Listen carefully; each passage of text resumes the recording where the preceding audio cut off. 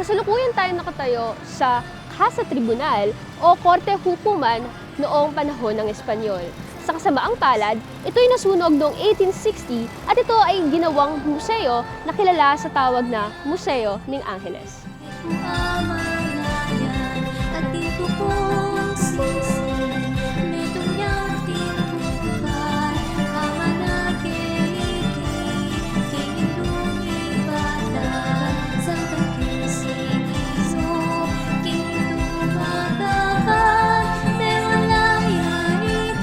Ang Museo ng Angeles ay naglalaman ng mga mahalagang materyales sa kasaysayan ng Pampanga. Ito rin ay mayroong culinarium na nakatuon sa delikasiya at sining ng pagluluto ng mga Kapampangan.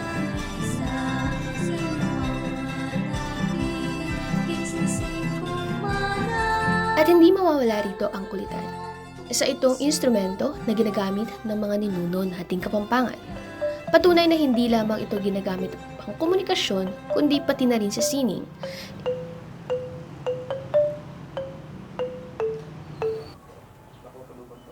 Ang kulitan ay ginagamit na sa iba't ibang paraan bago pa man tayo sakupin ng mga Kastila. Ito ay ginagamit sa pangulam at ito rin ay ginamit ng mga hukbalhap upang magpahatid ng mga mensahe. Sa kasalukuyan, ito ay ginagamit sa sining at ngayon, tunghayan natin ang mga malilikhaing individual dito sa Pampanga. Isa rito si Sir Adrian Medina. Siya ay matagal nang gumagamit ng kulitan sa kanyang mga obra, papaposter man o pagdidisenyo ng mga tattoo. Isa rin siya sa mga senior advisor ng Aguman na nagtuturo ng tamang paggamit at pagsulat ng kulitan at ibang kayamanan ng Pampanga. Kapilan kayo po may biyasang sumulat kulitan? So, itang, manini kasi yan kaya ganito. Makatukunan ko Maynila kanito. Bisa akong patatong kaya. Tamanto ko nga patato ko. So, in kaya, tisurang ko yung kaya yung baybayin. Anyang sumulat kong baybayin, nung patato ko man baybayin, dapat ba, naintindihan kaya ako na. Kaya ako pinigaralan yung baybayin. Nanyang kaya, ba't sinaw ba? Kapampangan ko kaya ko man. Neman baybayin eh. Itang, eneman king, Tagalog yung baybayin. So, nung maglagay akong something, tang sana kapampangan. Ikit ko kasi, nung sulat king baybayin ng Kapampangan, tambala mo itong iya po to. Jonte mo, sulat kaya mo rin yung maya pa mo makanyan. Balam, kay ko mo, tambala mo, ko panamdaman na tumod. Kasi ganito, ako man idea na yung Kapampangan kaya, na yung sulat Kapampangan. Yung, gusto, balo ko mo, yung sulat Filipino, yung baybayin, mga nito. Yeah, penigaralan kayong baybayin, ito. Ngayon, aisip ko mo, ating kaya ako makain. Ating kayang sulat Kapampangan. Siyempre, mag-google ko na. Kaya kanya ng kulitan.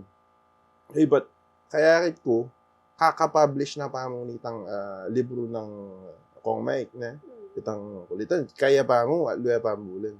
Gawa ko, inauskitang wali ko yung Holy Angel. Salimo kaya ni libro ngayon. Salimo kaya itang kulitan na kumain. So ito, dahil sa halina ko, minuli ko San Fernando, kinuha ito libro, binasa ko. So, sobrang captivated kita ang idea na nanita na. So, binigaralan kayong kulitan mo yun. Nagkakitang tapin, Aldoldo, susulat na ako pala. Yung kay Sibo ko, patirata notes ko yung eskwela, panulat ko naman yun. Po, tati kong burin pa nagkasan. Ko yung kulitan mo yun. Chula yung notebook ko. Kaya pa kanya mag-aral ko kanito rin. So, ito, karin ko may biyasa ang kulitan. Kaya ba't, ating ko rin kaya kasi, mag-Photoshop na ako nito. Itong Photoshop o ring Illustrator para itong digital platforms art kaya na graphics. Kaya palub kaya ka nitang kaya gawin ko ulit. Ito. Bagamat maganda man ang kwento sa simula ng kanyang pagkatuto, marami pa rin sa mga Kapampangan ang hindi alam ang sulat Kapampangan. At hindi lahat ay parehas ng pag-iisip, interes, o pagkakaroon ng oportunidad para matuto. So, are ini mother characters. Reni remain consonantal syllables tamo. Reni rin vowels tamo. Kasi wala. So, nung sumulat ka, antemano, gabun. So, gabun, sulat tayong gabun. So, muna, stacks pa, ne? Ga. So, metong syllable, metong yung stack. So, para ako aming bun, kung may pa yung ba. So, ba. Lalam pa. Ba na yan. Para agawa mi palang bo, ingay, gawan tamo, kumakang mother character, indong sulat, any. Pachi, kwari, example, yung bu niya. So, yung bu, makanya niya. So, kung gawan, muri may gawan, gi, instead of ga, ay buya pala ini. Nung bay ni, nung buri may gawan, bi, jameng garlet babo, magyang bi ini. So, is equals to B. Iyan. So, nung meron pang silab, meron pang kay. Nung buri may gawan bu, lagyan may garlit, lalam. Pagliya mo. So, bu na yan. So, makanya mangyari kang garlit. Yung garlit. So, para maging bu, dyan tayong garlit, lalam. Next rule, na. Kailangan tayong na para pulang tayo tambun. Tambun ni Kenny. So, may titanang ga. So, bu na. Bun na, en na mo. Tan na. Tan en na mo. So, gawan ta mo, kumata mother character. Na. Kasi gabun. So, leleme. Chilineleme ing metong mother character, kay metong, king right side, matay itang, na. Tang vowel sound na. So, bun na mo kanyan. Pero nung sinulat mo yung mga nini, ga, bu, gabu na yan kanyan yan. There's no such thing as gabu na. Pero nung nileleme, lege me keni, Malakoy ng A. tang minokit tang vowel na. So, ga, bun. Yan. Sa pagsulat ng kulitan, ipinapakita ang pangangalaga ng kultura, pagpapahayag ng ekspresyon ng mga Kapampangan, at nagsisilbing koneksyon sa iba't ibang mga komunidad sa Pilipinas na gumagamit din ng magkakahawig na script. Tulad na lamang ng ipinakitang halimbawa, may pagkakatulad ang kulitan sa pagsulat ng baybayin na kung saan ay nagdadagdag ng patinig o letra upang makabuo ng panibagong salita. Atin kayo po bang data nung kailan na po rin Kapampangan na manigara lang pong gagamit kung kulitan? Hala pang official data at may conduct statistics na remagal. Pero, karingay ganang tirumi kaya nga ganang sisusun mi. Marakal na. Most likely, anak la. Opo. Kasi alos pa niya sasabihin na rin matwa. Aside from a few, sasabihin na rin alos matwa na. Matwa na ako. Masakit mo na yung pag-aralan yan. Kasi pressing ka yung utak da na idanayag yung luban ng makanta pa manigaral. So, pero rin aliwa, mag-persevere rin. Aliwa mag-persevere lang. Mag-aaral na talaga.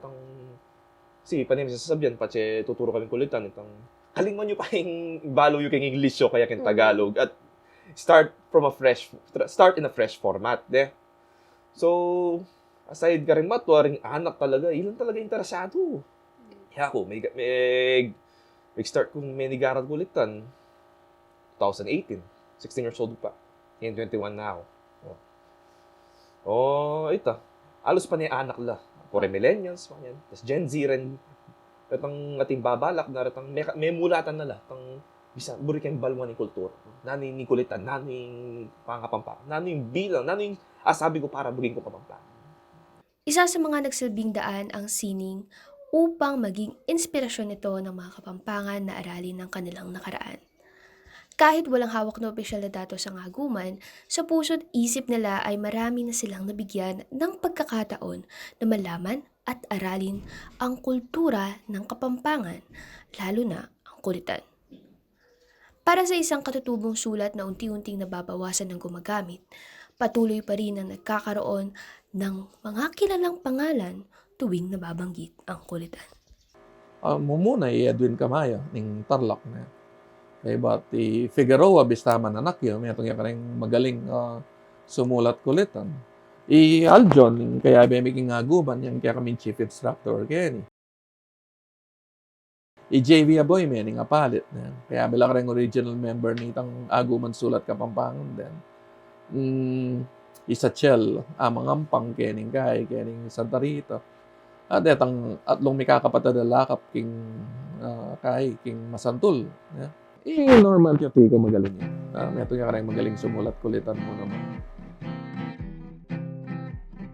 Sa ating mga nakitang sining, maraming kakaibang kagandahan ang taglay nito.